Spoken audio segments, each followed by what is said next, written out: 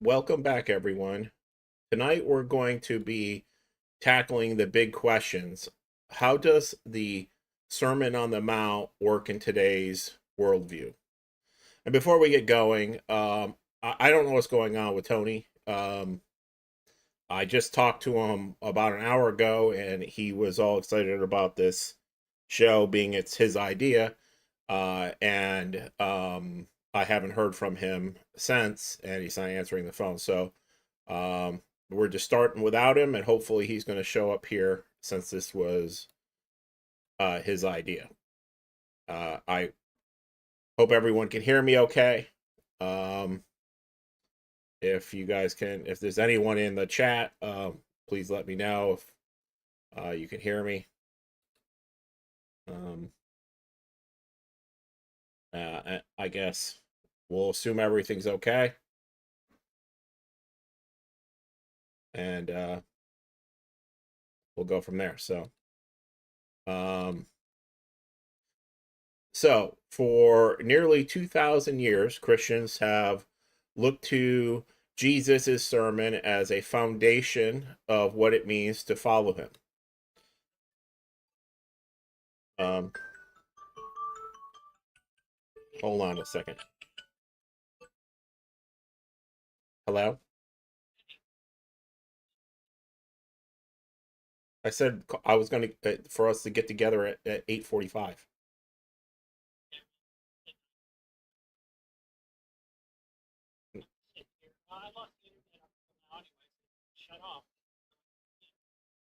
Okay, well,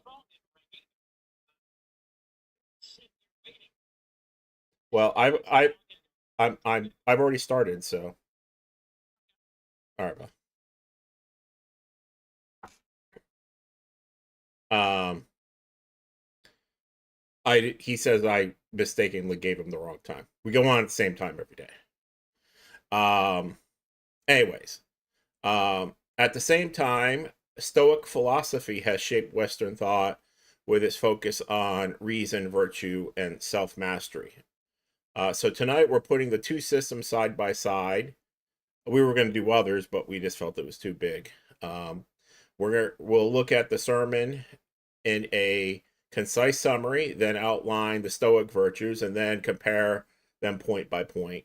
Um, and most importantly, we'll ask both how both protect us from something we see all too often today: dependence on institutions, the demand of loyalty and money instead of living our lives through freedom of thought and love of humanity and God.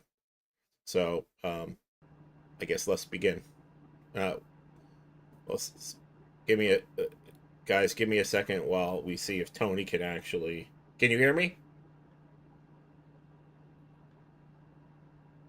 Can you hear me?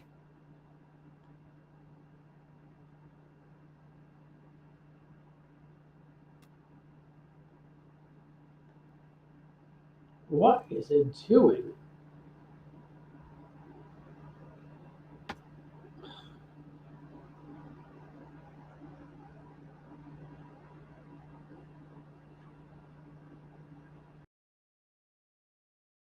Okay. Um. So technically, he was supposed to have the first spot tonight, but um. So I'm gonna go over my understanding of the Sermon of the Mount and in basic terms, Matthew 5 through 7 condensed. And so, first of is blessed are the humble, the grieving, meek, merciful, pure, peacemakers, and persecuted. They inherit God's kingdom and comfort. Uh, Followers are called to be salt and light, preserving goodness and shining through in the darkness. Jesus fulfills the law, demands the righteousness deeper than the Pharisees, obedience from the heart, not just externally, not just for show. Um, one of the ones that I struggle with. Anger is condemned as murder in the heart. I've been a little guilty of this. Lust as adultery, Why does it do this? faithfulness. Can you hear me, Tony?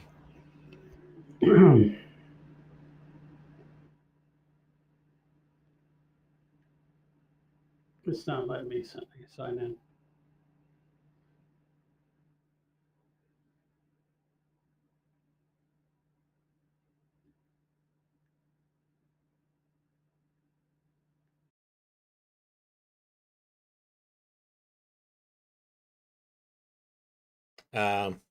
Sorry, folks.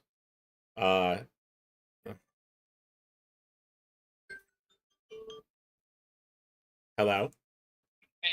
Every time I try to get in on the show, it blocks me and it throws me out.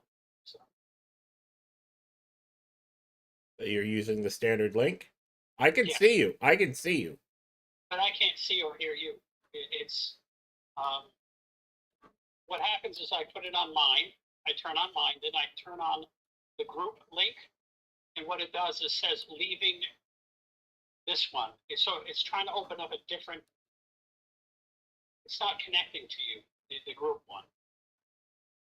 The individual one is, but the group one is not connecting. It throws me off as soon as I try to turn it on. Well, let me So I look. think what it is since the show is already running, it's not letting me get in. Well, I mean, you've canceled and come back many times before. Yeah, but that's because I was already on. This is, I'm just trying to get on. Well, maybe you send me a different link. I've been using this link for 6 months. Maybe it's just not working.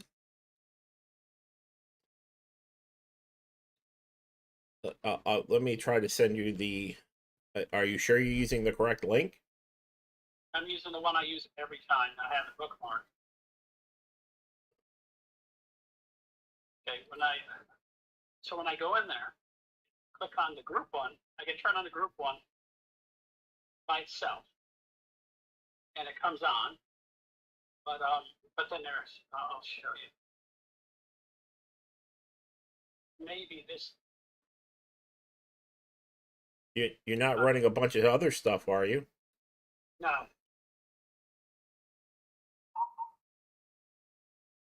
I can't.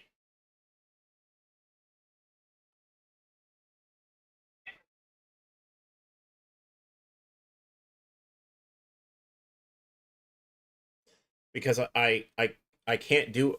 I would have to do 2 new links, and the show's already started. And so I would basically have to end this show and redo everything and set it up. That takes like 40 minutes.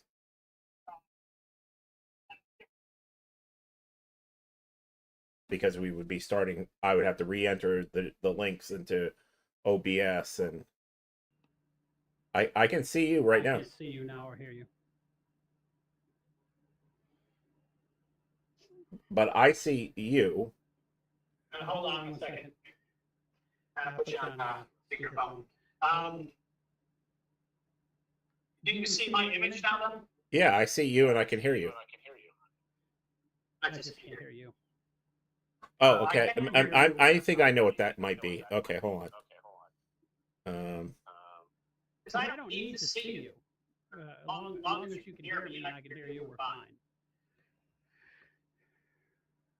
No, it's For some reason, it's throwing me off when I try to put both images on there at the same time. Okay, there's 111 up there.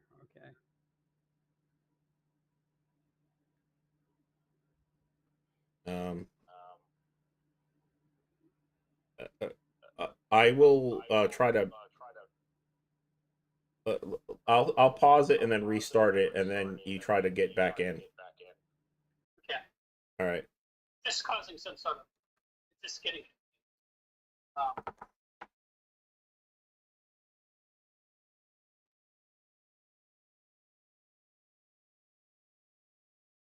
shut it down. I seen you open it there for a second, and it shut off my link.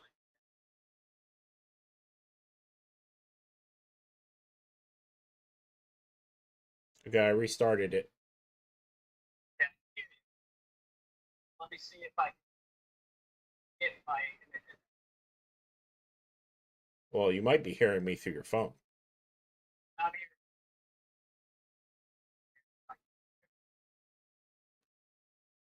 Yeah, throw me off. I get to see myself.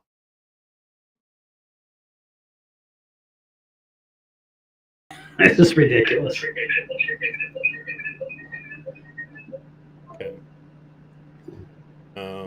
So you can't hear me?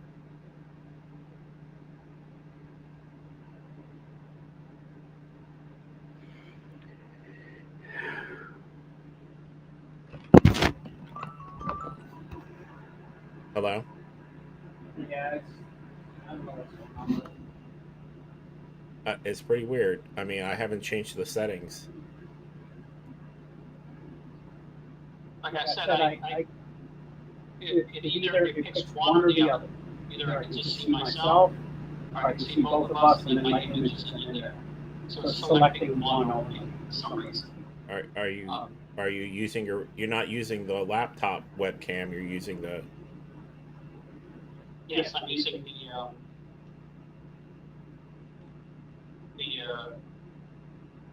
Logitech.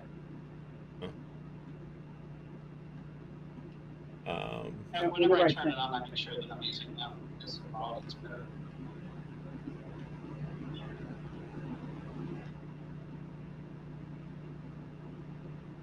Frustrated. Maybe I just need to reboot my computer. maybe. Yeah, because I lost internet and all sorts of stuff. Yeah, try that. I mean, so the show's already going. They're watching us do this. I understand. But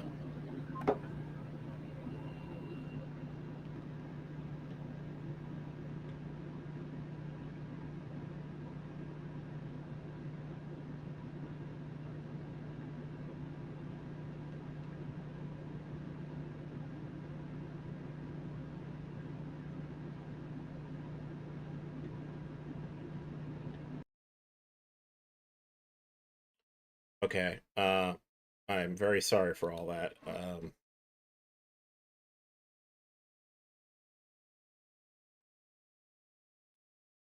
So back on track. I apologize. So I believe I left off at anger is condemned as murder in the heart. Lust as adultery, faithfulness in marriage is sacred. So we're going through the condensed version of the principles of the Sermon on the Mount. I was going to read it off the whole thing, but when I tried to do it off camera, it took like 30 minutes. So I felt like maybe that was too much. Resist retaliation. Retaliation. I don't know why I can't say that right now. It's probably because I'm on cam. Go the extra mile and even love even your enemies. Prove yourself a child of God. So basically, go the extra mile to not be vengeful. Give, pray, and fast in secret, not as a show, for God sees the heart.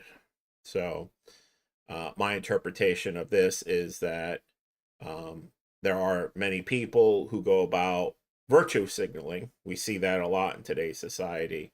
And you're not supposed to do that. Virtue is supposed to be something that is done in private and secret, one-on-one with a person you're helping, and not for the benefit of others to see. The Lord's Prayer sets the model. For honor God, seek his kingdom, ask for daily needs, forgiveness, and deliverance. Treasure belongs in heaven, not on earth. You cannot serve both God and money. And this is a big problem I see a lot in a lot of modern churches is the people have golden books, they have golden hats, they have podiums of made of gold, golden chairs. Can you hear me? No, he's Yeah, it looks like it's working now. can you hear me? There you go. Okay. Glad we didn't try to reroute everything. So I've been in the time that you've been trying to figure this out. I've been kind of covering the basics of a concise summation of the Sermon of the Mount, and I am to the point where treasure belongs in heaven, not in earth, and you cannot serve both God and money. And I was talking about a little bit about how one of my major concerns with organized religion these days is how that is very obvious the most important thing to the actual church. So I find that very disheartening. So do not worry. Trust God's provisions for food, clothing, and for tomorrow. Judgment not hypocritically, but seek and ask her and knock, for God gives to his children.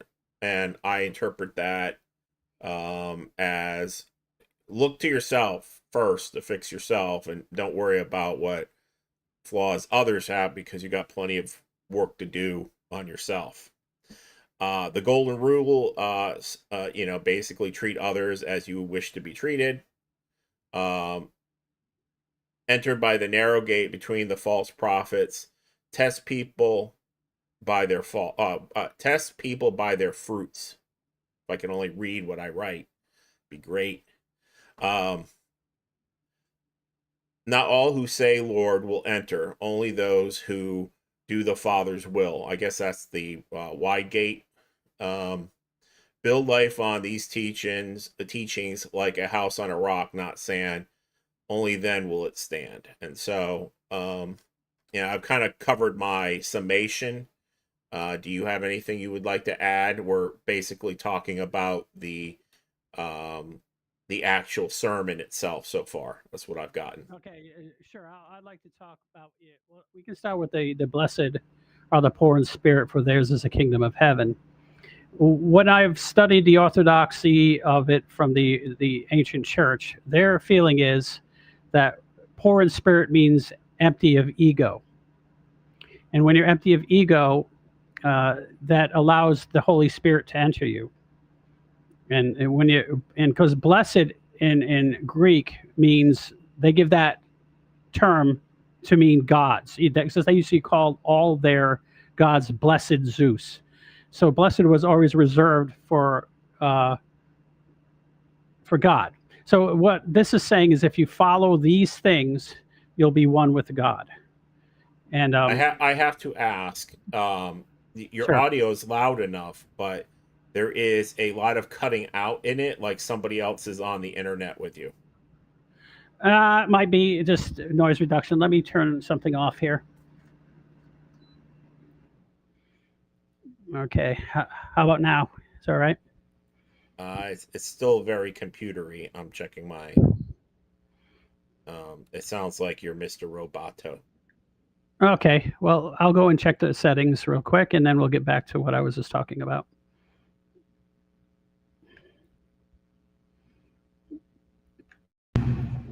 Testing 1, 2, 3. Testing. How about now? Say again. Testing 1, 2, 3. Testing. It will have to do. It'll have to do. Anyways, so back on track. Blessed Okay. are Blessed are the poor in spirit. In other words, you have to be dissatisfied with your ego and how you're doing things. in order for you to make a change. People who are high in spirits are pretty much convinced that they're right and they're egotistical, and there's no room for improvement.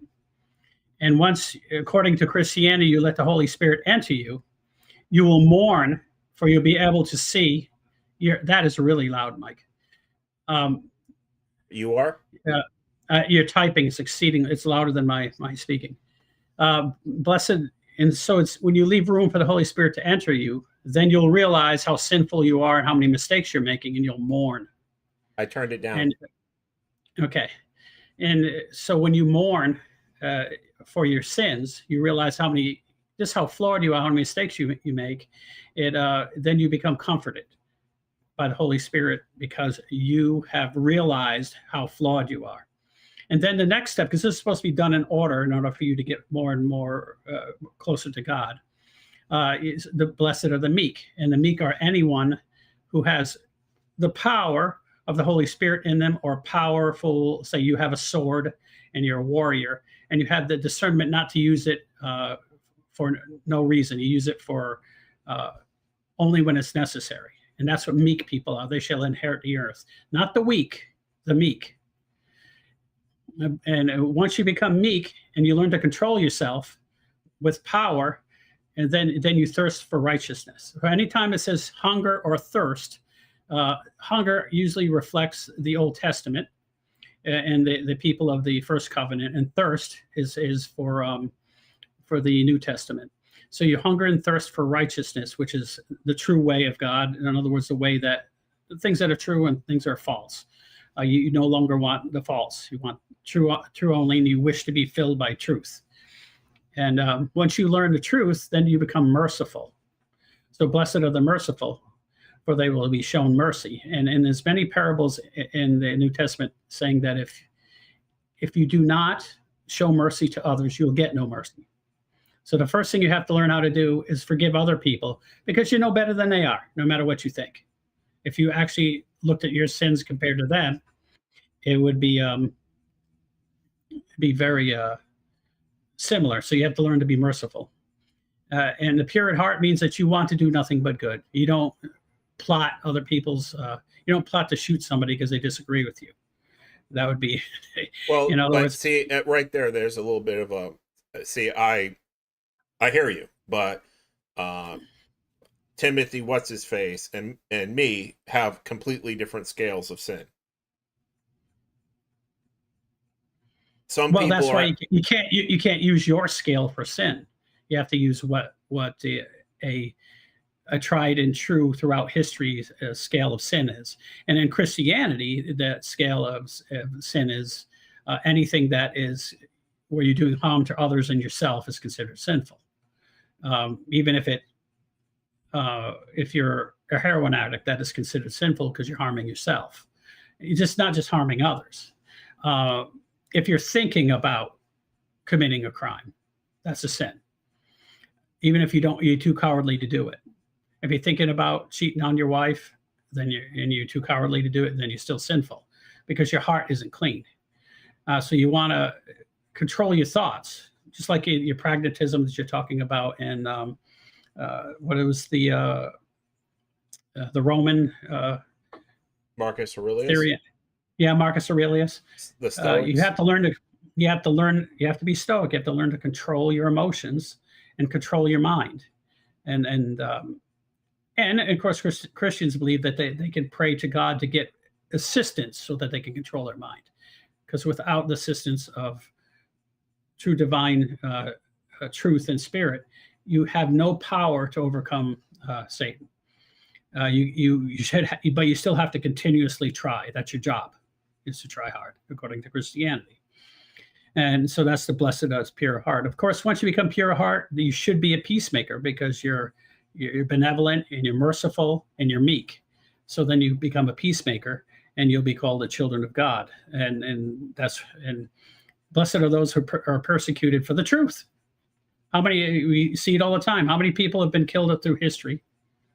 Probably millions and millions, because they pursued truth and spoke the truth. They spoke truth to people who were in power and they didn't like it. And so that's part of, but someone has to do it, because if everyone's too cowardly to do it, nothing ever changes. And you can't kill an idea by killing a man, as we're seeing right now in real time. So what happens is that martyrdom actually magnifies the truth, and so anyone that embarks on killing someone's idea, even Martin Luther King, he became more famous when they murdered him. He became, more people followed him, and and everything changed after that. So especially nowadays, we understand that people are being killed to be silenced, and Your then we audio have is the just absolutely trash, man. I don't know. This is, if I was to guess, it's like a bunch of people are online watching movies or something. Well, why would it affect the audio and not the video? Let me try. How about now? Is it any better? That's worse. Okay. How about now? Is it any better? Go ahead, speak. Testing, 1, 2, 3, testing. Nothing. The volume is perfect. It's something has happened with the transmission of it. It's like Mr. Roboto. It's very digitized sounding. I don't know what it is. You've never actually had this issue before. Usually it's your video. How about now? That's better. Okay. Well, I think it's using the camera now. It must be this thing is just starting to crap out. Okay. Okay. Anyways. So we were, as we were saying, and every time they're referring to salt and flavor in eating, they're more referring to the Old Testament. Like, we're talking salt and light here. You are the salt of the earth, but if the salt loses its flavor, how can you become salty again? In other words, the Old Testament people who have become evil, even though they know the truth, they're probably not going to come back. And then they say, and it's saying it's no longer good for anything except to be thrown out and trampled underfoot. And that's what happens to people when they lose their morality. It usually ends up they end up in a sticky situation. And the conversation about you are the light of the world, and this is not talking about evangelizing. You are the light of the world. A town built on a hill cannot be hidden. Neither do people light a lamp or put it under a bowl. Instead, they put it on its stand, and it gives light to everyone in the house. In the same way, let your light shine before others, that they may see your good deeds and glorify your Father in heaven. What they're saying is you need to act like you're a good person. Act like you're a Christian. Don't hide that you are. Do nice things to people. Talk pleasantly. Don't gossip. Do charity. Of course, you don't want to do it out in public. And especially I'm an Orthodox. If someone gives you something, you cannot even acknowledge that they gave it to you, because they'll be embarrassed. So what part did you get down to already, where you were, did you go over the murder and adultery?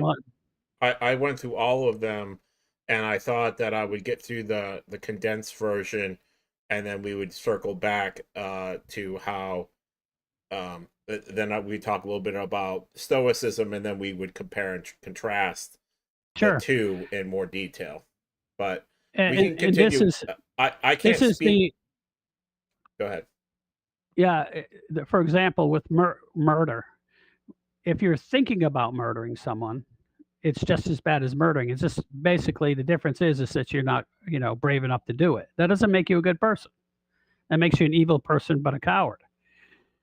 And so that's what it's basically saying. I tell anyone who is angry with a brother or sister, which means not a family member, but people in your community, will be subject to judgment.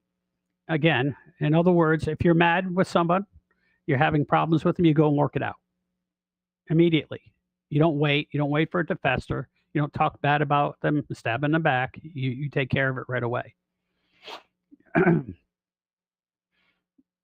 and when it says that you'll be subject to judgment, and then and this is the final thing in verse 25: settle matters quickly with your adversary who is taking you to the court. Now, your adversary is the old man, the physical side of you that is affected by Satan. So when I say you need to unify your physical being with your spiritual being, and they should be one being.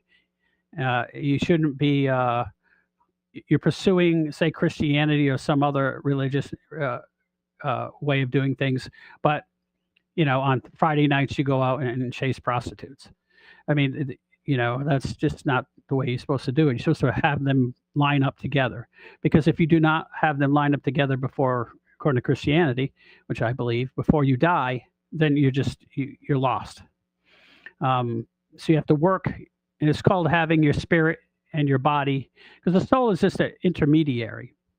Your soul is intermediary between the spiritual and your physical, and it because neither of those two things can touch each other, because we're a triune being, and the intermediator is your soul, and evil can only work on your body and your mind because it's physical. It can't touch your spirit because of the division of your soul, according to Christianity. So basically, what Jesus is saying here, you need to settle your sins quickly and quit acting in a sinful manner. Repent, because you're going to fall off the wagon and make mistakes, but you want to have the feeling in your soul and your body that you want to comply with being less sinful your whole life, not keep repenting and keep making the same mistakes on purpose, hoping that you can just repent for them. Because obviously repent, and generally what Christians mean by repent is you feel mournful and you cry and you feel sorry for all the horrible things you've done to other people. It's just not, oh, I'm sorry, will you forgive me, Lord? No, it doesn't work that way. You have to have emotion behind everything you do to make any difference in yourself. If you have no emotion behind it, you're not going to change. Okay, adultery. Basically, it's saying that if you want to commit adultery and you look at other women, even though you're not committing adultery because you're afraid of your wife, you're still a sinner. Divorce. Anyone who divorces for no reason other than you're just not happy, tough shit. The only reason you divorce is if the other person is, having a sexual affair with someone else, because then you can't be sure of the kids being yours, and so that sort of messes up the whole family. So then you're allowed to divorce. Every other excuse, you didn't get along, you don't like each other, you argue too much, that's personal flaws. That's flaw. You both have those flaws, and they have to be worked out. And that's what the church believes. And it has been that way throughout history. They have, the Orthodox Church especially will not grant you a divorce just because you don't like each other. They said, well, I'll get used to marriage. That's the way it is. Oath. You don't take an oath. You don't sign a contract, and you don't make a promise, because you cannot guarantee anything like that. In other words, you don't make an oath to God because, because God is in heaven and that's his throne, and you don't make a oath to the earth or to money or anything like that, because you cannot guarantee that you will fulfill a contract. So you're going to lie some of the time when you have a contract or you swear an oath. So all you want to do is, someone says, can you come over my house at 2 o'clock? You say, yes, I would love to come over your house at 2 o'clock. And if they don't make it there because they got run over by a reindeer, you don't want them to make an oath that they're going to come over your house at 2 o'clock, or else you draw blood from them. And that's what they used to do in the Old Testament. People would take those kind of oaths, and over every little transaction. And then everything was in court all the time, and everyone was suing each other. And, sounds like the legal system in the United States. Now, this is the most controversial part, is the eye for an eye and a tooth for a tooth. And the other part is love your enemies. And these things are so difficult for 99% of the people to get over. And this is the reason. I have said to you in the Old Testament, they said an eye for an eye or a tooth for a tooth. I tell you that do not resist an evil person. If someone slaps you on the right cheek, you turn the other cheek, which means if someone insults you, you take the insult and you keep talking. You don't, break out in a fist fight over words, because that's what a slap in the face is. It's an insult. If anyone wants to sue you, take you to court, and take your shirt, you hand over your coat as well before you get to court. Because you get to court, you don't know what's going to happen. And that doesn't mean you give someone everything they want and they're abusive and they're a jerk and they want your Corvette, and you just give it to them. It means you go the extra yard to get along with people. That's your job, to try to get along with everyone else, to be the one that's making peace. Don't try to depend on other people to make peace, because they usually won't. And you'll end up with no friends if you take everything to the litigious point. Well, you owe me one sock, so therefore I'm never going to talk to you again. If anyone forces you to go a mile, in other words, force could mean anything. That you're helping them and you have to, and they're making you start their car. The best thing to do then is probably, if their car isn't running well, follow them home and see if they need a jump on the way, if something, the car stalls or whatever. Go the extra mile to help people. Give to the one that asks, and do not turn away someone who wants to borrow.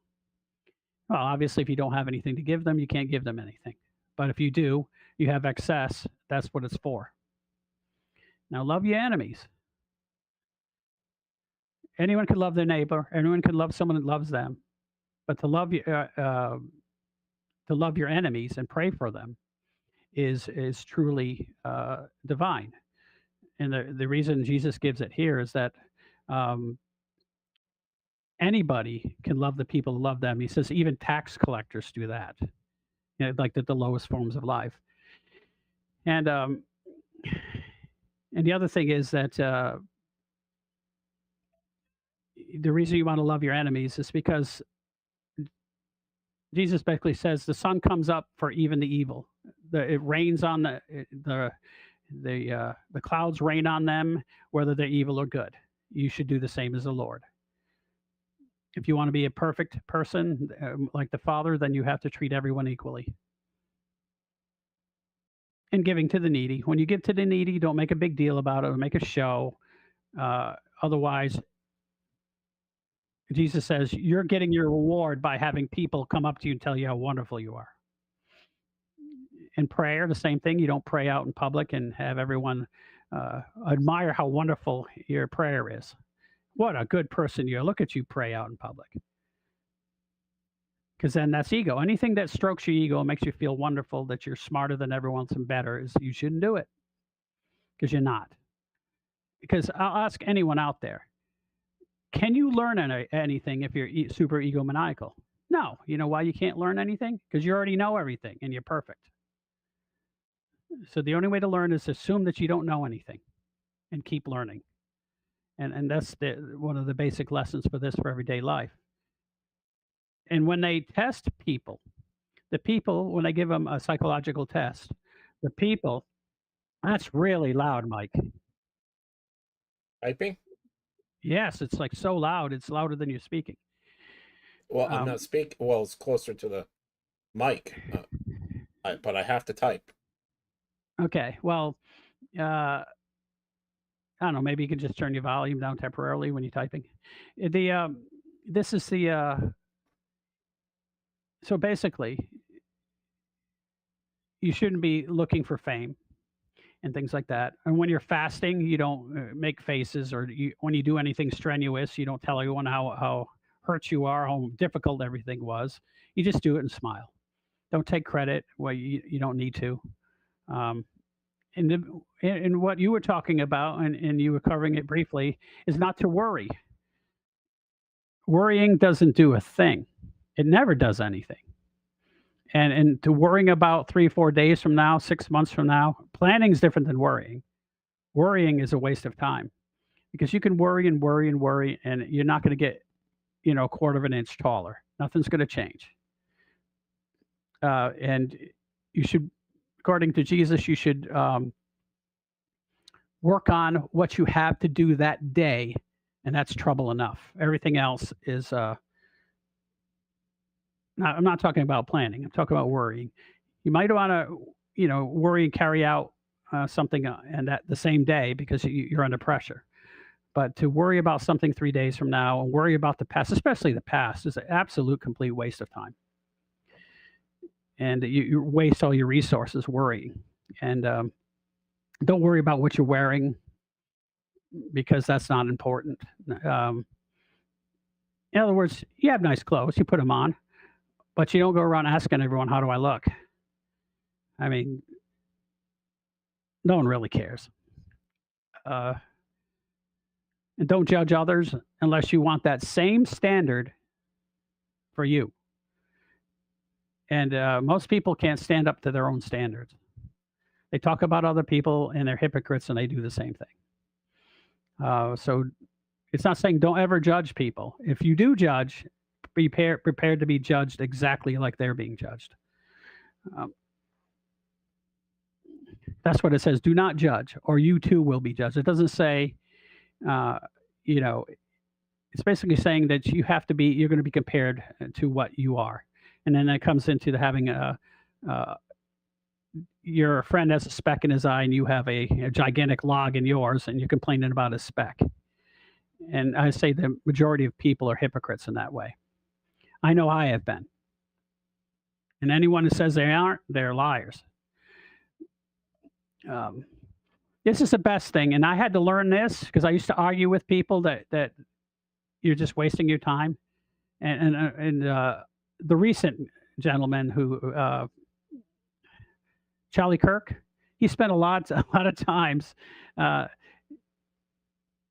giving pigs what was sacred and throwing his pearls to pigs, and giving dogs things that are sacred and giving pearls to pigs. But he was doing that so that the other people in the audience could be enlightened. He wasn't trying to change the mind of the person who was arguing with him generally. Sometimes he had good people who were reasonable, but majority of those people were just there to try to become famous by winning an argument with him. So don't waste your resources on trying to change people who, have it out for you, because they'll just trample you under their feet and then tear you up. It says, ask, seek, and knock. Ask and it will be given to you. Seek and you will find, and knock and the door will be opened. For everyone who asks receives, and the one who seeks finds, and the one who knocks, the door will be opened. And then he goes on to say, which one of you, if you have a son and they ask for bread, you give him a stone? Or they ask for a fish and you give them a snake? If then, though even the evil know to give good gifts to their children, how much more will your Father from heaven give you good gifts for those who ask him? So basically saying when you pray, you ask for things, it will eventually be granted. It might not be granted when you think it's going to be granted. It might not be granted in the way you think it's going to be. But it will happen if you're persistent. And most, I guess, religions and mysticisms, they all believe that sort of focus in prayer works. And I believe it because I've had it happen. And sometimes it happens 3 years later, though. And and then you go, oh yeah, I did ask for that, didn't I? And sometimes you're like, be careful what you ask for. And the way to salvation and enlightenment, however you want to look at it, is narrow. And it's difficult. And few people will make it. And that is just the facts. So narrow and the wide gate. This is even though the narrow gate, for wide is the gate, and broad is a road to leads to destruction. In other words, it's easy to find destruction. Many enter through it, but only small is the gate and narrow that the road leads to life, and only a few find it. because most people get distracted with their worldly ways and their lusts and the things they worry about and how they're going to take advantage of this and get that, and they're not worrying about perfecting themselves in the eyes of the Lord. And then he goes on but that is basically the other things are just warnings for people who are following disciples and prophets and things like that, not to go for fake ones. But this is the basic tenets of Christianity, and if you read those, you'll understand them somewhat, because some of them are pretty complicated and they seem straightforward.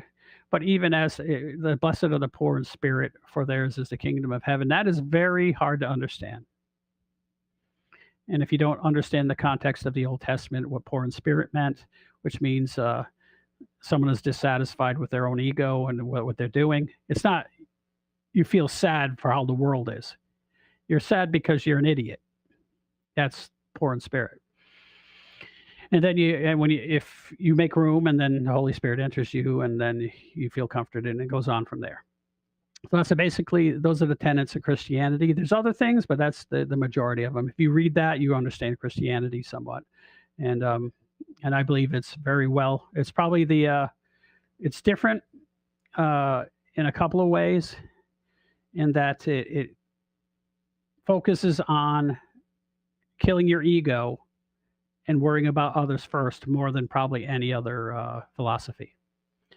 What do you think, Mike?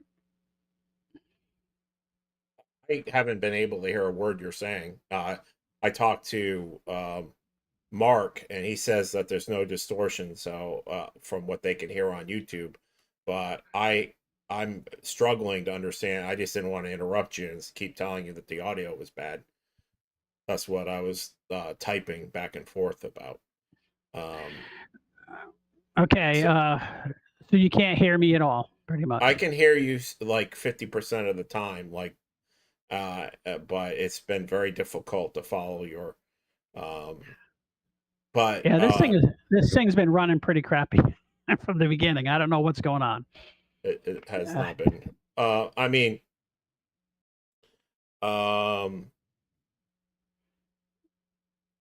well, I mean, go ahead and talk about the Marcus Aurelius's view on these things, and we can compare and contrast and see what you think. Well, the Stoics only have 4 basic tenets, and it's wisdom, which is basically sound judgment and knowing what is and is not within your ability to affect or control. And there isn't a whole lot. Mostly what you can control is yourself.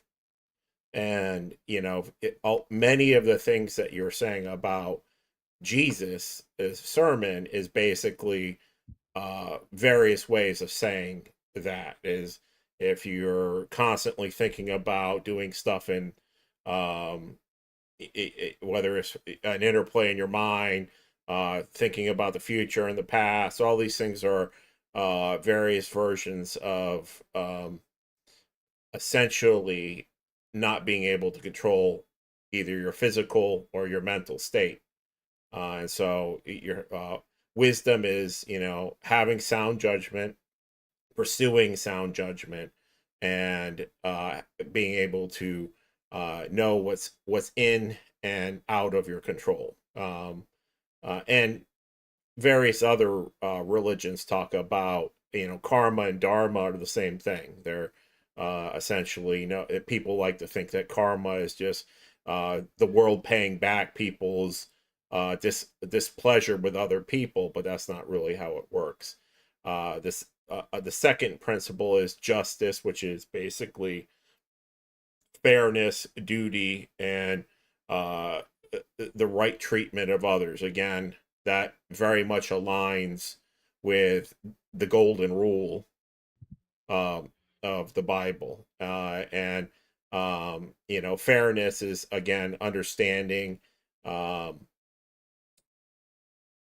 basically not being hypocritical, looking at yourself and others and having the judgment to perceive that you and them are essentially equals, good or bad. So the Stoics view justice as being fair, to yourself and to others, being dutiful, which is all the things that kind of are, you don't break Yeah, your oaths. dutiful is equivalent in many ways to meek. You do what you're supposed to do, and you don't go outside those bounds because that would be considered abuse of power. Meek Right. people don't abuse power. So, and the right treatment of others, which again, like I said, is, very broadly, the essentially pursuing that you want to be treated a certain way, so you treat other people that way. Like you said in your thing, which is when there's a chance to help somebody out, you're not necessarily doing it for show. You're doing it to help them out, and then you're doing it, in private, and then you go the extra mile, to facilitate the completion of the right treatment. Courage, which is to endure hardship, and fear with composure, meaning, things, having the courage to hold your head high when things are not going well. And there's a million ways that could apply. Christians spell it out 6 different ways, in the sermon, but it very, broadly is there's all sorts of things. We could take Charlie Kirk, uh, arguing with people that were not his friends that he could not convince. He had the courage to endure that, and then try to be polite to them, and train them or offer them some insight. And a lot of people can't do that. Also, a lot of people are greatly affected by fear. We've seen that during the COVID, is, have the courage of your convictions to be able to withstand everybody's opinion, and everyone's concerns and anxieties, and do what you think is right, without compromising yourself. That's courage, and we didn't see a lot of that. In fact, I seen many Christians, run around and get the shot. Every one of them is essentially not a Christian. Um, Absolutely, because it's funny. The majority of Christians churches and all the denominations can't agree on anything, but they did agree on everyone should get a shot. So who are they being controlled by? The majority of the churches are being controlled by Satan, because that was obviously a satanic thing. And I don't care if it offends anybody out there. It was. Hundreds of thousands of people died from the shot. That's Millions, a fact. And millions. millions worldwide died from it. So it was probably the biggest mass extinction thing since the asteroid struck us. Yes, And more and we're people. not even talking about all the, knock-on effects. But it took great courage, which is the real focus here, because there was so much pressure on people to cave. You're going to not be employed. You were going to be kicked out of your social circles. You would be kicked out of the church. You wouldn't be allowed to attend church. There's all of these things that they did. You couldn't go to school. Couldn't collect your benefits. Um, and so it took great courage to, stand. And there's just Couldn't not a lot. travel. Couldn't Couldn't travel try. to another country. Yeah. And Or so, you'd be put in a internment camp for a month if you yeah, went to so there's Australia. there was an enduring of a hardship, and then, facing it without fear or compromise, and that's the third pillar of the Stoic virtues. And then temperance, which is moderation and self-control over desire. Again, and I did this in a very broad way. They have hundreds of books, written by many authors on, the Stoic principles. And so, temperance, which is basically, again, very similar to what Jesus was talking about, where you're basically, limiting yourself. You're not pursuing things that are, bad for others and bad for yourself. You're controlling your desires. Temperance, and so those are the basic for virtues of the Stoics. Now, I both on the Stoics and a on church teachings. I'm a novice, and so I think about them all the time, but I don't presume to tell people that I understand them, other than the most broadly uh, widely understood ways. I'm not, a scholar on these things. I do feel like that I have spent more time focusing on the Stoic principles because they're simpler to understand in a lot of ways, and they're more straightforward. And the main thing is focusing on self improvement and self discernment, and I will say that the Stoic principles were at play when I decided not to take the COVID shot, and I got a few people to listen to me, but the vast majority of people basically said I was insane. That I lost friends over um, not wanting to get a shot. I lost my People, job. I lost my job over it. so And then it's when I caught COVID, they celebrated. well, They called me up and made fun of me. That they said that I would have that I wouldn't have caught COVID if I got the shot. And then they got the shot, and one of them had a heart attack. well, So I felt like, except since I'm a Christian, but what I felt like doing is calling them up and say, "How you like me now?" I told him well, not to get the shot. I told him, if you take the shot, you have a chance of getting a heart attack. And he said, "Ah, yeah, yeah, I can see you got the COVID. You didn't take the shot. Yeah, yeah." And this is after they fired me, and I was still friends with the guy because he didn't fire me. And I found out he was hospitalized for like 2 weeks. He had heart palpitations and what do they call it, B-fib or AFib, whatever it's called, and he nearly died because he's having poor circulation because of microclotting in his heart. And my neighbor, who's a nurse, she got like 4 clot shots, and now she has clots in her lungs. And she's caught COVID again, and the only regret she tells me she has is she didn't get enough COVID shots. well, And so what can you do? I mean, she has clots all over from it, and then she's just continuing to get them. Um, it's Well, there's it's the biggest fear that people have is the fear of being wrong, and the fear of acknowledging that they might not know something, or that something they believed is incorrect. And that it takes an extreme amount of courage to admit that you made a mistake. And so that's a yeah. lot of Blessed are the poor in spirit, for theirs the kingdom of heaven. That's the first one. You have to realize you're wrong, and that's hard to do. It's one of the hardest things you can do. well, Yep. once it happens to me, I'll do that, but I'm always right. So I mean, I'm willing to accept that I'm wrong. I just keep getting them right. Yeah. Bitcoin, COVID.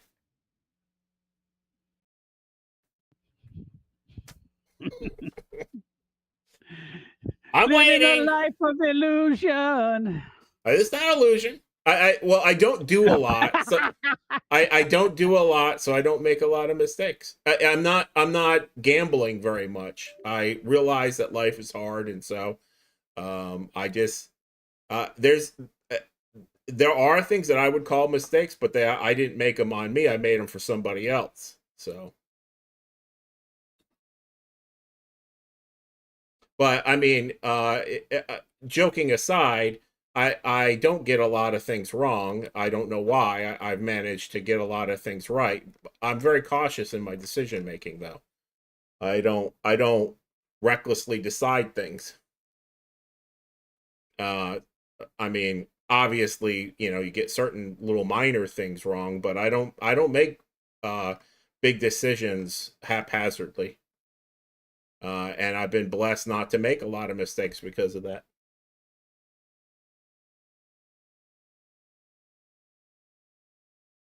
But you disappeared.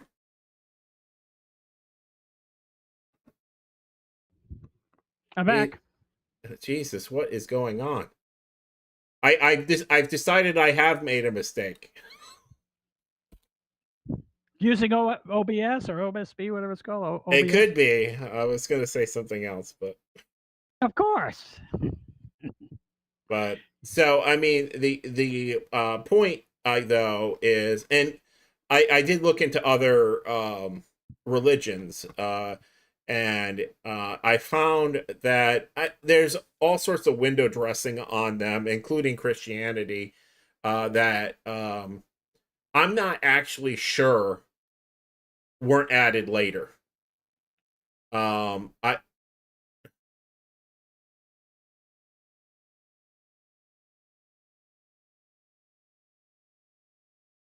my, God. We need. There we go. What is going on? It keeps switching cameras on me for no reason. Do you have a virus? No, it just does this everywhere. It does this every time. I will say that when you're on the other camera, the audio was better for me. I don't know why. Now you're back to Mr. Roboto. But like I said, I asked the audience and they said that. Oh, that's my car alarm, by the way. I don't hear an alarm. Hold on one second. The neighbor says your car alarm's on. Yeah, it seems okay.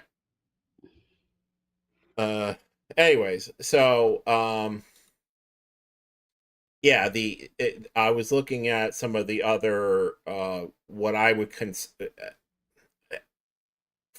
Not all religions are created equal, but certain religions, which we might say are the good ones, do share a lot of, and of course, the Stoic principles is not a religion; it's just a philosophy. But all religions have philosophy, and the philosophies seem on any of the religions that yield good results for the people. They all seem to have very similar basic tenets. And what's interesting is one of the things I encountered when I was looking at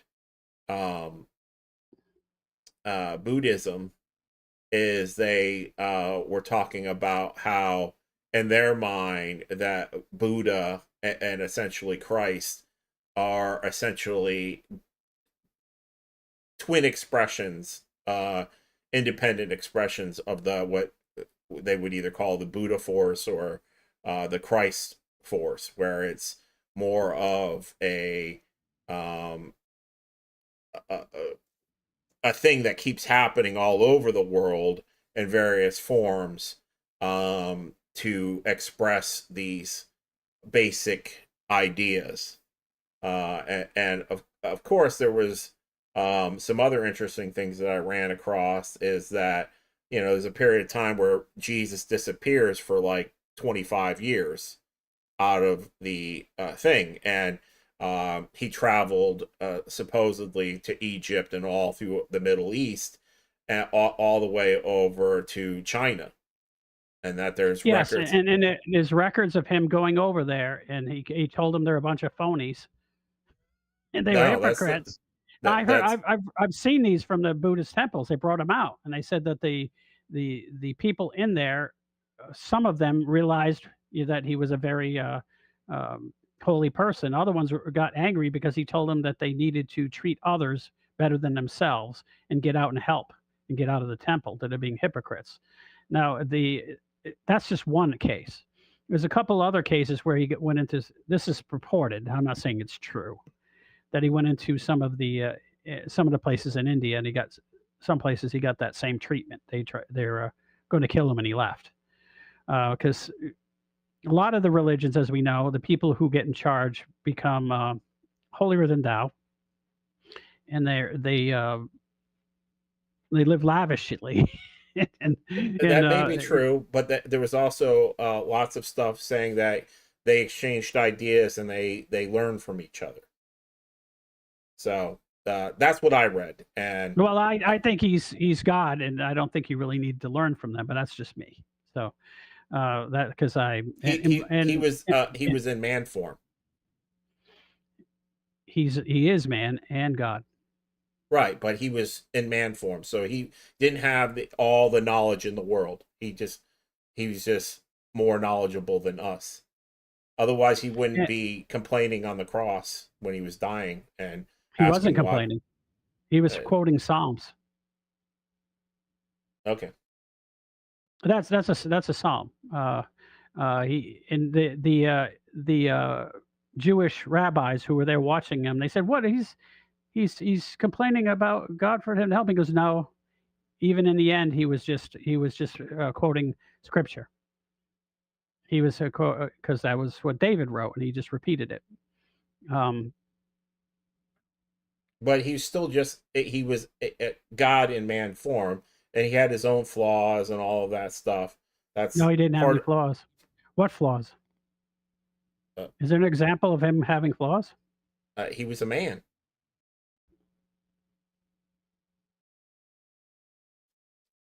Well, then you can't be a Christian if you believe he was just a man.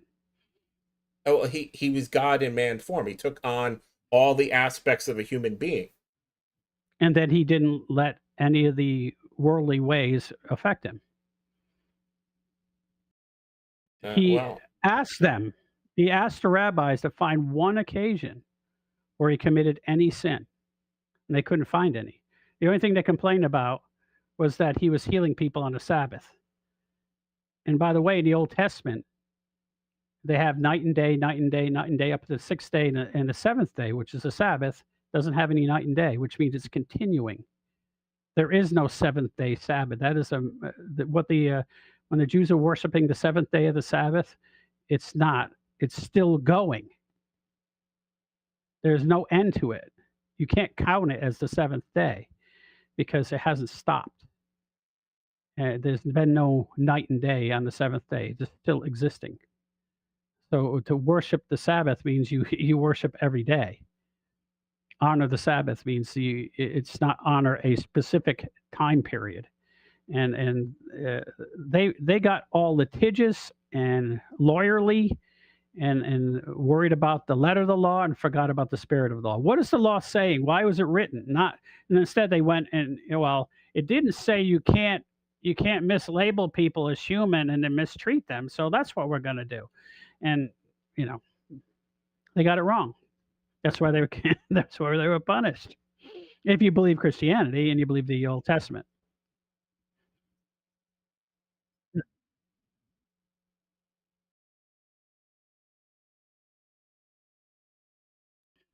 You supposed uh,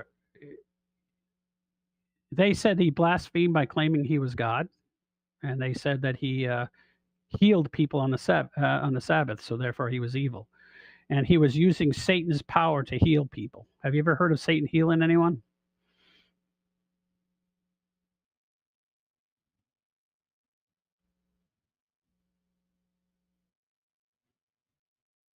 I mean, these rabbis are not stupid people. They're mad at him because he's healing people.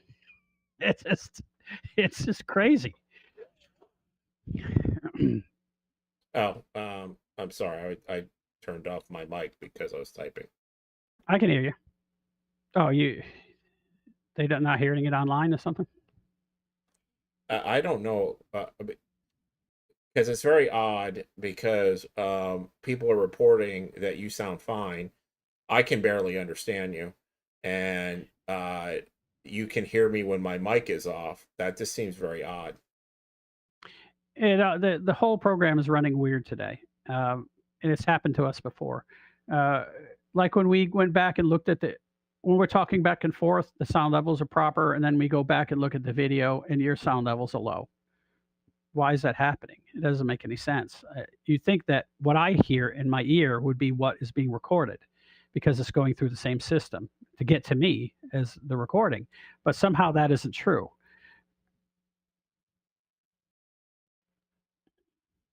I hear you loud and clear. Well, when I'm typing, No, when you're talking or typing, I can hear you just perfect. Your microphone's uh, working very well. But if we go back and look at the video afterwards and you're quiet, then we'll know something's still up. I don't know what it is. Because it sounded like you turned it up today to make sure that your sound levels were high enough. Oh, I guess I misspoke. He experienced temptation, which I equated to sin, but um, that's because I've seen it talked about many, many times. But um, we just got. I find it a little strange because they talk about temptation, anger, grief, and all those things in his sermon being equating to being sin, but when he does it, it's okay not. to be angry. Now, being angry for no reason or being angry for a personal slight, he was angry because they were selling stuff inside the temple. It's supposed to be a church. You're not supposed to be you know, a bazaar. And they were money exchangers going in there ripping everyone off because they can only use the temple's money, so they have to exchange it and they get ripped off. And he was not happy about that, ripping off the people who are coming to pray. So he turned over all their tables and beat them with switches. Righteous indignation, I guess. Right, I suppose. The first time he went in there, he called it his father's house. The next time he went in there, he said it was his house. So, because he in the scripture he keeps claiming that he's the son of God. His flesh, as flesh, this flesh version of him is called the Son of Man, and the Son of God is the spirit version of him. At least unless I'm mistaken, I might be mistaken there. And and that's how I interpreted it, and I interpreted the things that he did where they were. I mean, I'm not so saying he's literally his own father, if you look at it scripturally, because he is one with God and he is God, and there are three separate entities that make up the triune God, as multiple religions have, but Christianity especially. So he, in a way, is his own father, and which would make sense since if he's the creator. And Mary was his mother and his creation all at the same time. So it's sort of confusing, but that's the way Orthodox believe in it. mm, It's well, it's the most as far as a religious figure goes. He did more things, more amazing things than any religious figure, if you go by the text. And it's the most well documented religious figure in history. He is more well documented than Julius Caesar. There's more thousands of texts, and they all say the same thing. And they're some of them disagree with. There's like the Gnostic Gospels and stuff like that. But they weren't. They were considered canon in the early church, and then later they had meetings about it outside of when the emperor was there, and they decided otherwise. But I'm not smart enough to make those decisions. So I'm always skeptical of decisions made by people. as you should be.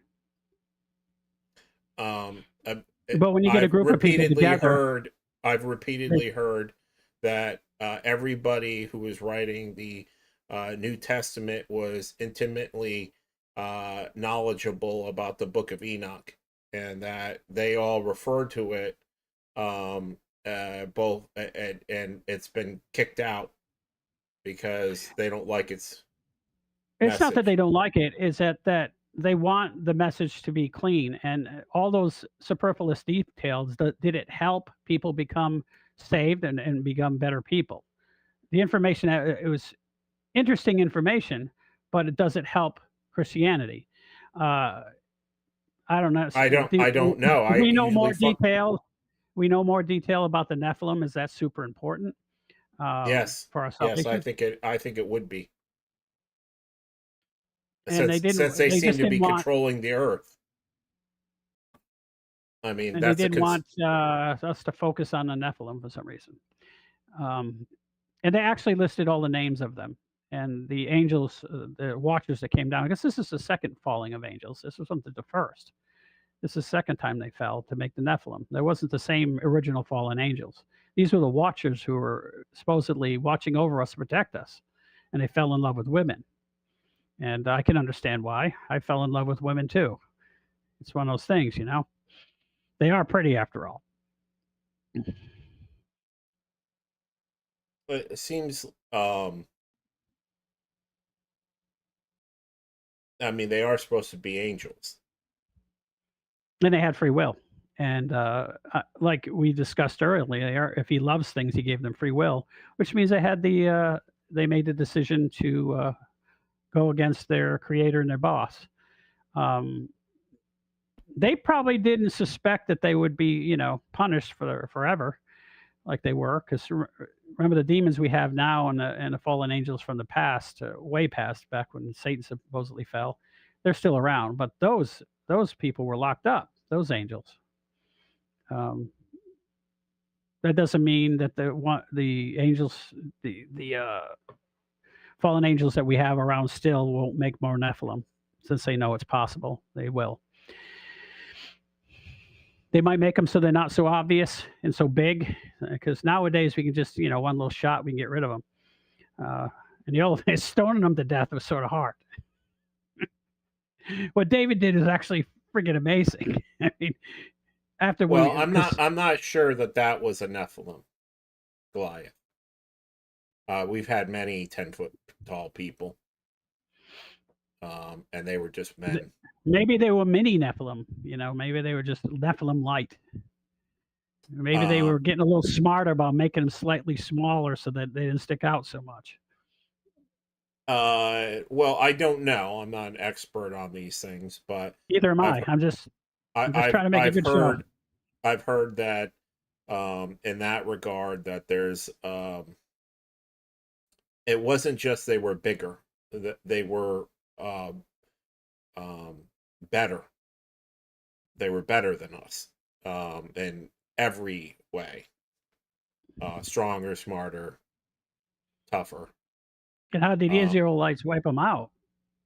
I don't know. Supposedly God helped them. I would assume something like that, but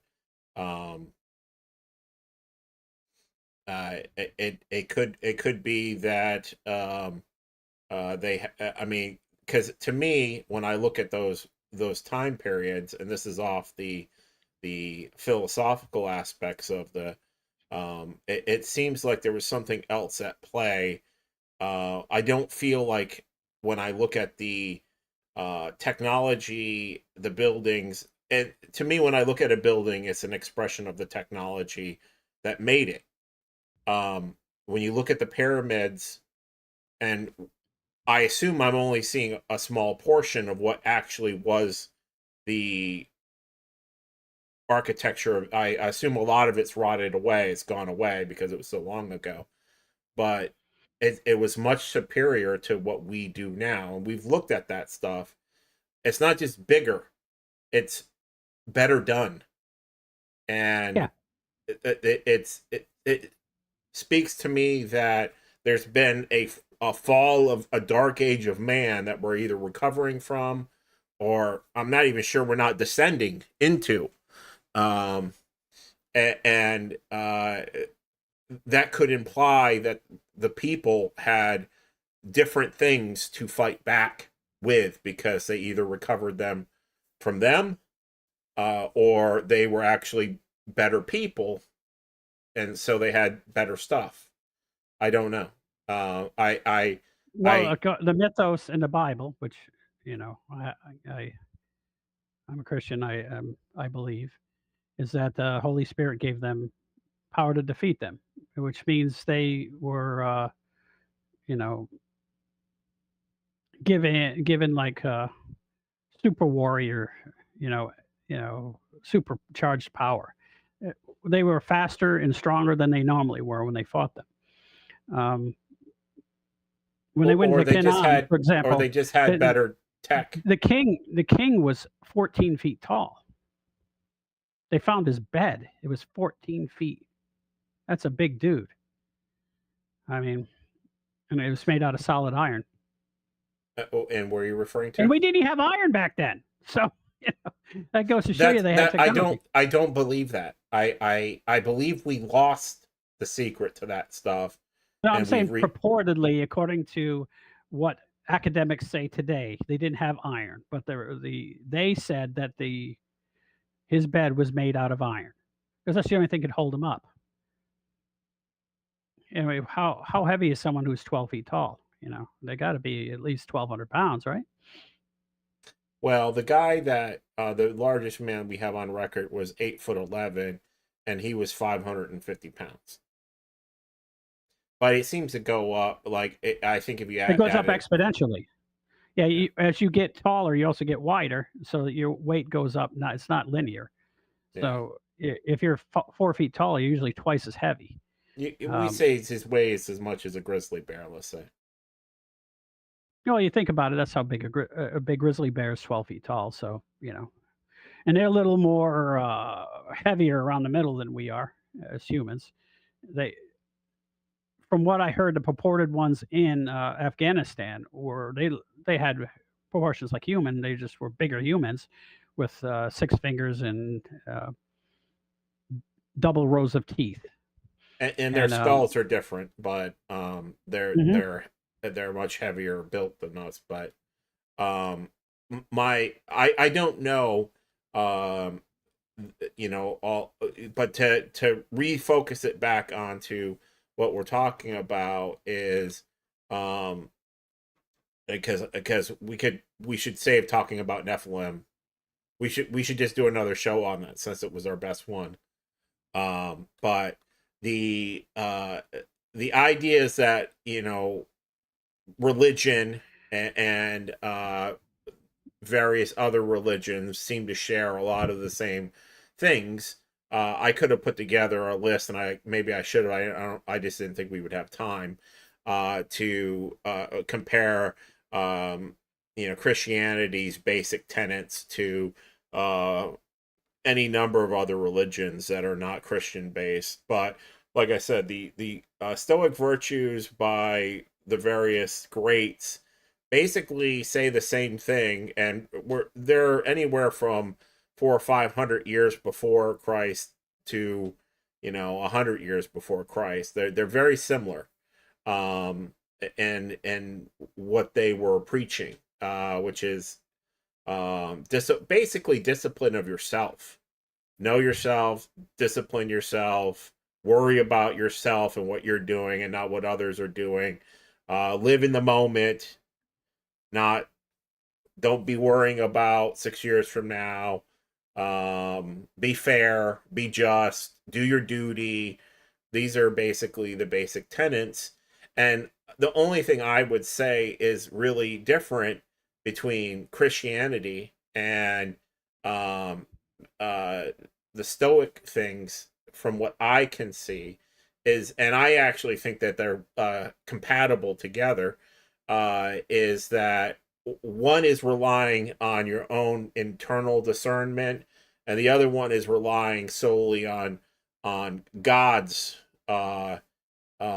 guidance. And I personally don't like that. It is because I see a lot of stupid people doing a lot of terrible things in the name of God and saying it's because of Him, and not Well, taking that's personal that's true. responsibility. That's true. And what you're supposed to be doing is let God enter you spiritually, and uh, and that's supposed to give you a clean heart to make good decisions. Now, those people are called they're ultra religious people. Ultra religious people believe that if they go to church a bunch of times and read the Bible a bunch and pray a bunch, and then judge other people, and then don't follow through, and they don't let the spirit of goodness into their heart, because they do. A lot of them get really religious and they judge other people for not being as good at religion as they are. And of course, that is just as evil as any other form of That's egomaniacal basically behavior. the whole thing about the Pharisees and being, Litigious. Yeah, Jesus fulfills the law, demand righteousness deeper than the Pharisees. obedience from the heart, not just from an external rule keeping point of view. And that's what I Because what see are a lot. rules for? What rules are for criminals? It's to control criminals. Now, ordered society like a democratic republic like we have, you have to have people who have good hearts. Otherwise, it will collapse. Because as we know from watching all these riots, there's not enough cops in the world to stop people from committing crimes. No. So writing more laws doesn't stop people from shooting people. So you have to welcome, and you have to have something to base your logic and reason from. You have to have a feeling in your heart that's universal among men, which I believe God put there, of right and wrong. You don't destroy children. You don't steal from other people. These things are just, you should know these things. And the Old Testament was set in place to show that man, without God's help, is not going to be able to uphold those tenets. And that's why, supposedly, and this is what I believe, Jesus came to straighten us out about that and fulfill the law all the way and show you what in your heart you're supposed to believe these things, not just read a law. You're supposed to walk around with it you everywhere. You're supposed to do kind things to people because you want to, not because some law says you have to give 10% of your money to the church, otherwise you're a sinner. You should doing well. You should be giving 10% of what you own to people who need it, not necessarily the church. The Old Testament had them to give 10% because, from what I've read, is that they wanted them to use up their extra resources on something other than coveting things like gold and perfume and stuff like that. That they would get obsessed with possessions, and so they gave it to the church. And it wasn't because God needed the money. Well, that's the biggest problem we have now. Is At least here in America, all the churches, not all, I'm generalizing, but many churches, they're landlords. They have schools attached. They're every time you go in there, you're in there for an hour of sermon, and they give you 20 minutes of begging for money. The priests have golden hats and golden books. It's kind of disgusting. And Some, like the churches I go to, which are Orthodox church, either the Coptic, Greek, or Russian, or Ethiopian, or whatever, the Orthodox churches, they never. The Greeks do. They ask for money during the service, but the rest of them, like the Russians and the Coptics, never ask for money during a service because they think that automatically brings Mammon into the picture and ruins the Eucharist. So you're supposed to be worshiping Christ and his sacrifice on the cross and looking for the blessing from the Eucharist, and you don't get it if Mammon's involved. And I was told that directly by a Greek priest, yet they do it anyways. He told me that directly. He said, "Oh, we're not supposed to be taking money for any of those things. People are supposed to be giving money from their own well, heart." they're, But they're yet, going yet against their they own. pass that thing around. They pass that thing around just before they give in the Eucharist. Give us money, and And I see that all the time, and I find it upsetting actually, because I feel like it's yeah, it is tainting the experience. it's Uh, worshiping Mammon while you're you supposed to go be in, worshiping the Creator. you go in, and they spend the first 10 minutes of your sermon telling you all of the extra things they're doing, um, their bake sales and all of that stuff that they're raising money for, and then you sing a couple of songs and do some prayers, and then they spend the next 30 minutes before the Eucharist giving passing around a collection plate, and then when you're leaving, they're telling you, they give you pamphlets on how to donate more money. Um, and so and uh, the whole point. I mean, the church isn't really even necessary to achieve. I mean, you're supposed to be developing a relationship with God, not the church. And the But church. according to the church, you're supposed to be going through a priest that has been through apostolic succession. In other words, related to the apostles, and that's the reason for the Catholic. By the way, the Catholic Church is a misnomer. It's the Roman Catholic Church. All the apostolic churches are considered Catholic, which means all encompassing. The Coptic Church calls himself a holy and apostolic Catholic Church, and so there's the Russian, and so there's the Greek. So the people calling themselves Catholics is a misnomer. It's the Roman Catholic.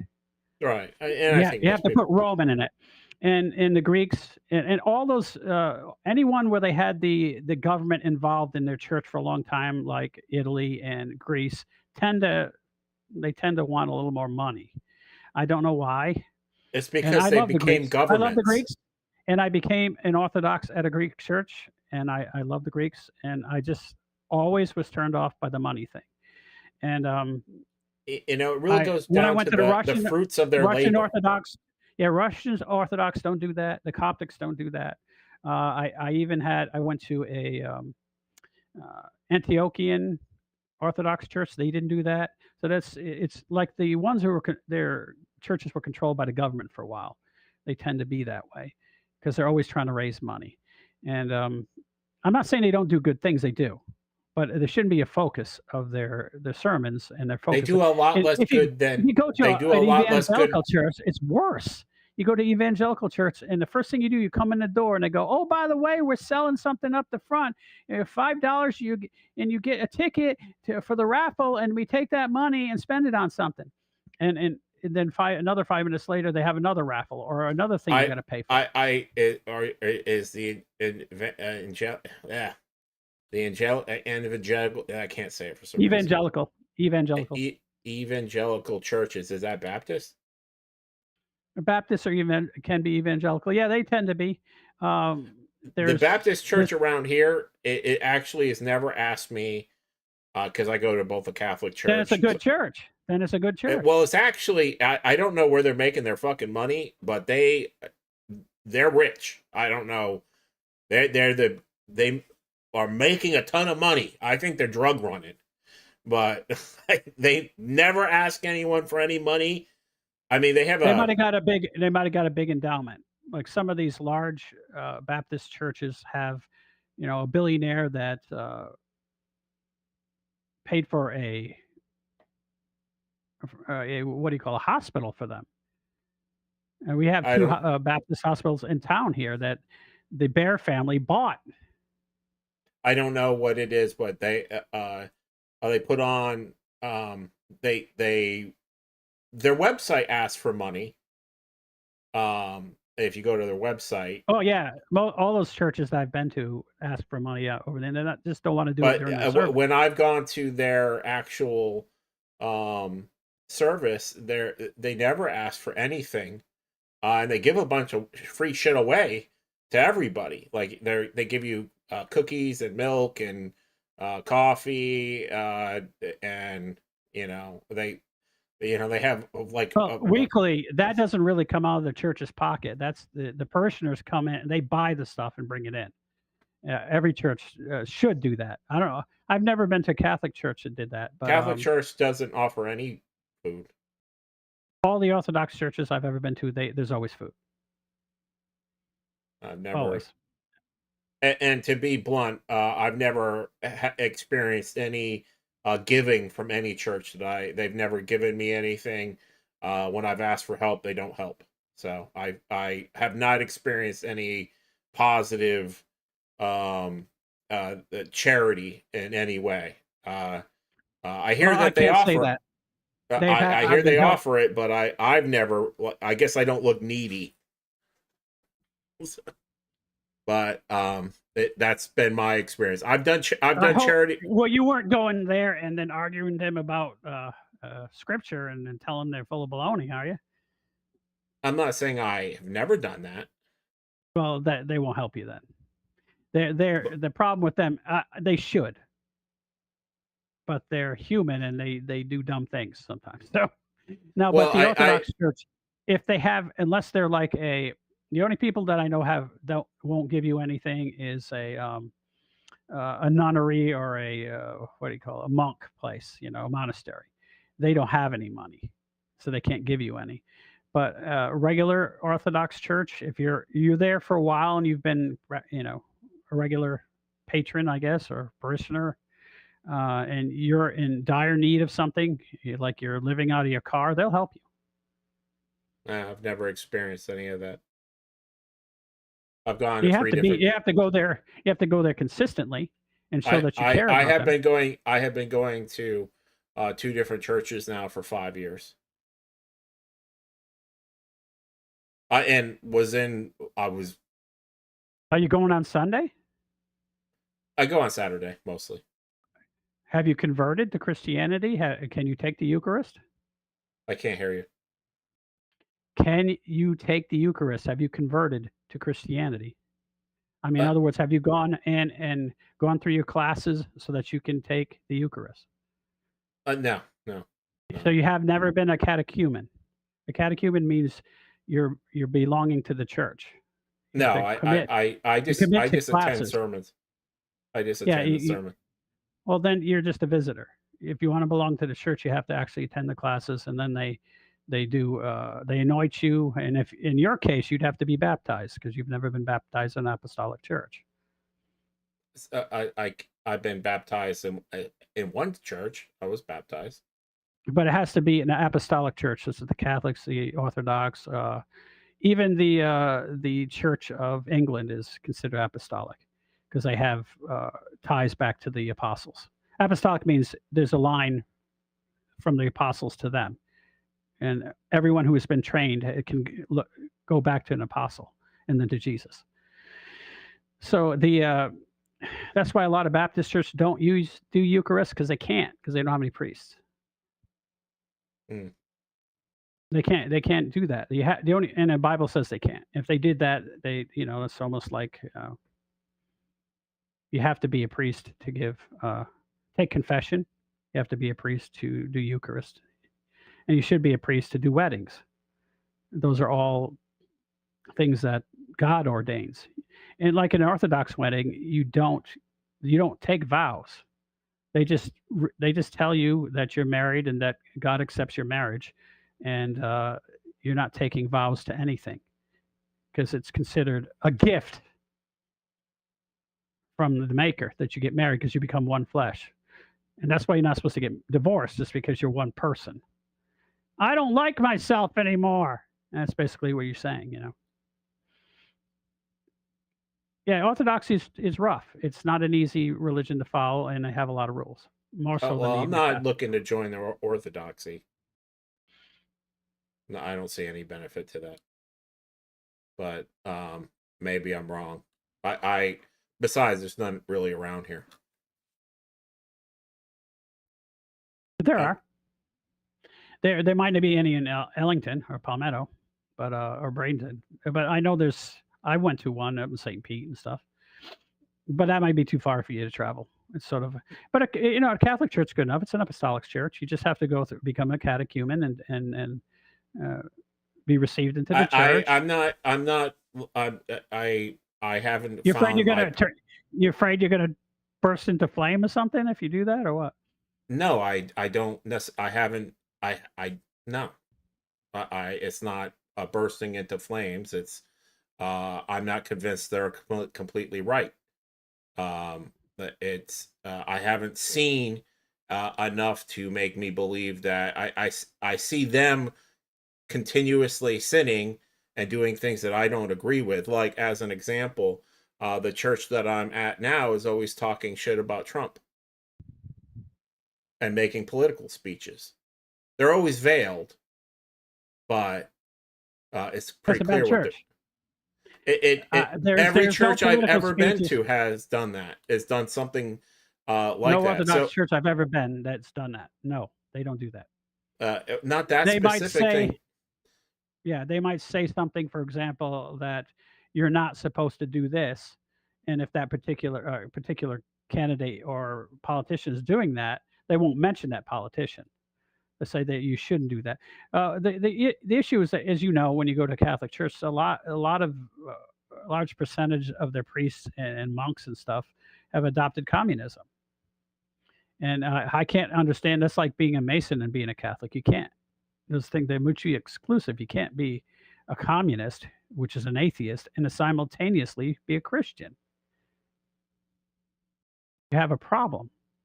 You have to pick Well, one or the other. I see I've I'm mentioned not to you saying people some. don't do it. They do that. They do that. Plenty of people do that. They live a double life. They worship on Sunday, and they go out on Monday through Saturday, and live their life as secular. I would say that's 90% of the people. Well, I can't speak to everybody, but I have yet to see a priest that exemplifies holiness. Well, I've met quite a few. And so I that's my thing is I don't I actually It is rare because well, that's why I find good, it kind of good striking that people are you say rare. you've met quite a few of them. I've been um to a lot of churches. I've been to probably 20 Orthodox churches, and I've met ones that aren't sinning all the time. I've met about 4 priests that were so holy that it's hard to even comprehend how they are. Um, but I've also met some that were drug addicts and well, what are I doing pedo stuff, you know. So I didn't stay in those churches very long. well, and that's basically where I'm at is I've looked at several churches, and I haven't had the ability to commit to any of them because they do the one thing that I find most reprehensible. They're hypocrites. Um, One of the things I do not like, and I see it all the But time, don't blame Christianity for people who are I'm not in a blaming position. Christianity. I just don't. I haven't found a place that makes me feel like, all right, this person is where I'm going to um, commit to classes and this kind of thing. I Uh, understand. I understand. but I'm with you with that. There's churches that I belong to that there was nothing else around. I attended for a while, and I would never, go because even getting a Eucharist it feels like it has no meaning because the church is so messed up. and it's And not and that they're and they so they messed tell up. me, It's they're just not. They're I'm not trying to attack any one church, because I attend these things, but again so one of the things like a couple about a month ago there was a priest talking about the poor, and he specifically said that who's better, the poor guy that goes around stealing and robbing and committing things, or the rich guy who goes around cultivating his relationships and having good relationships with all these people, and having a bunch of money. And the priest basically said because he has money, he's a terrible person, and the poor person who is a shit person, in this guy's own words, was the good "Where'd you person. get that?" What? I was talking to my wife. Anyways, the it's because an individual is an idiot. I mean, we have idiots. I mean, And I would we say that he was a commie. And yeah. he was, and I believe he was making a veiled comment about Trump. Trump has given more to people than that man ever will. And I seen a list online of everything he's given to people. He gives like millions. I know, Individuals. He goes to and individuals and gives them, buys their house. yes, I He gives know it. that and I'm not trying to say Trump is the best human being on earth, although he has taken a bullet for the American people. Um, and he's certainly a better person than I am. He's he's just a man. And but that's my point is I know personal individuals who are more priestly than the priests.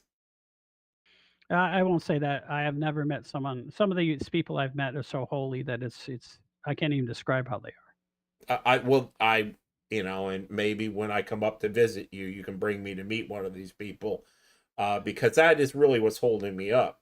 Is I go to a church and I am um, disillusioned by their bad behavior, and I'm very critical of these people in these positions. Um, they If they're need to. they're spouting communism and socialist and extreme socialist thought, they're not Christians. Uh, Christians don't believe that the government should be using a hammer to take money from people. They believe in free will. They believe that you should be giving with your own heart and not forced at gunpoint to do it, and not forced at gunpoint to not take drugs or not drink. Because I spoke to evangelicals, they think that you should stop the sale of alcohol and marijuana because that's what the government should do. Nowhere in the Bible do they say the government should be forcing you to do anything at the point of a gun. I mean, You're supposed to have free the choice. That's what. the Bible is giving out wine as a part of the process. Yes, absolutely. And in some of the places I've gone to, they're against alcohol altogether, even though we're giving out wine. And Jesus used to drink wine. So Yes, he turned water to wine and he routinely at a drank it. party, no less. So A wedding, yes. I don't know if that's a party. It's a wedding. I didn't mean that. I've been to a couple of weddings, and that's what it reminded me of. Well, Anyways, what do we got? We got anything left here that we should cover? I mean, I did a bunch of compare and contrast on, but I basically already said it. That the only thing I would add is I think that um, that essentially Christianity works well with Stoic teachings, and that you should probably apply both. I'm not telling you to supersede them, but there's really no need to because they're actually very compatible with each other. But I think that you should have faith, but you should use the principles of reason and logic in the application of your faith, and that's would be what my final summation of my side was going to be. We didn't have. I expected more argument and more contrast between Stoic thought than and Christianity, which is why I kind of picked it so we could have a little bit of a debate. But they actually almost align on every point. And it's pretty much true. And the Sermon on the Mount, which is basically the main difference, is that that you're depending on the rules and laws of God and for what's right and what's wrong, not just your heart and your feelings. Well, Um, the Stoics believe that the Stoics believe in the natural order of the world. That you should be following the natural order of the world. but that could be a catch-all. That could mean anything. They no, they think there's definitely a natural order of virtue. That's what they mean, and that's just I understand it could mean anything, but you could misinterpret a lot of, and people do, which is why there's been a bunch of holy wars, the meaning of scripture. But I am pretty sure, I wouldn't die on this hill, but from what I have read, all of the people believe that there is a natural order of virtues that come from the universe. And to me, that's just another name for God. Yes, there's a divine spark in all us humans, and we all we can agree on what's evil and what isn't. 99% of the people will agree on that certain things are evil and certain things aren't. And it's not just because they live in the same culture, because they don't. And most people don't conduct themselves in that way, but they know what's wrong. And it's just funny. And a lot of people know what's wrong, and they purposely do the opposite because they figure they can take advantage and get ahead that way. Um, but those days seem to be coming slowly to an end here. Not completely, of course, but it looks like that the The jig is up. I hope so. There'll be plenty of bumps in the road, and it'll be horrible. I mean, it's not going to be. I mean, Off subject, and you should email it to yourself or something. Let me just check it. Let's make sure I did send it to you.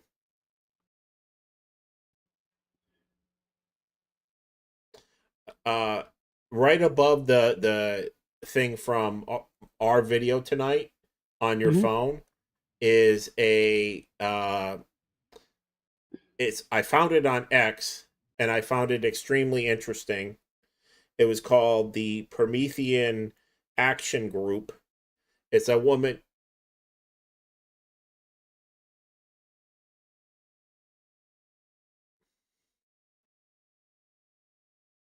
All right. Well,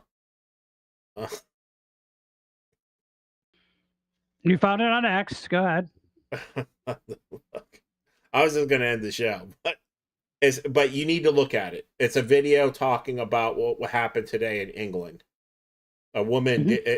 I'll post it to your. I'll post it on X for you. I'll send it to your notification right now. Did you see Obama's speech where he's talking about the violence, how scared to death he was speaking, and how careful he was? No. Why? Yeah, it was. Yeah, because he's not the same guy anymore. He's actually fearful. Fearful. The millions and millions of people showing up in England and all over the country protesting this stuff and being angry is starting to scare him. He's actually realizing he's mortal, that everything isn't going to go his way. No, I didn't see that. In fact, you can send it to me. It's. I think it's on X. I'll have to find it. Why am I not finding you?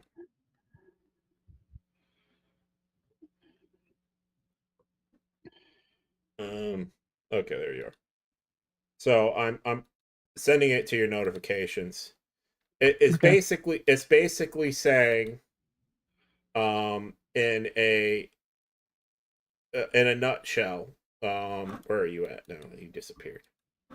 That all the stuff that's going on is really England's fault, and this march in England, along with Trump being there, that the big gimmick is that England has been trying to keep the United States from making a deal with these other superpowers like Russia, and that Trump is basically behind the scenes trying to open it up so that and basically dethrone England.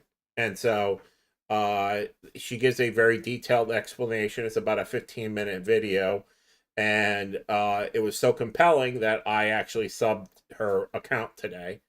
But you need to take a look at it, and I'd like to hear your opinions on it. You want to do a show on it on Friday? No, it's not. It's because it's not anything that we can get any info. We only have her video. It's not like a lot of, but it's her opinion. But I think you'll enjoy it, and I just want to see what you think if it jives with you. Yeah, that they lost control of us, that we were no longer in debt to them. Last time Trump showed up, that's why he reviewed their troops, because he was no longer a debtor.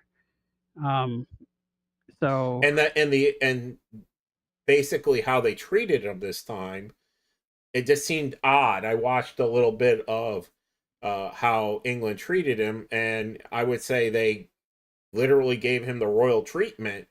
And I almost felt like, because how he was placed, he's walking in the center between, he seemed to have a leadership role over the king in his country, and that doesn't seem to normally happen.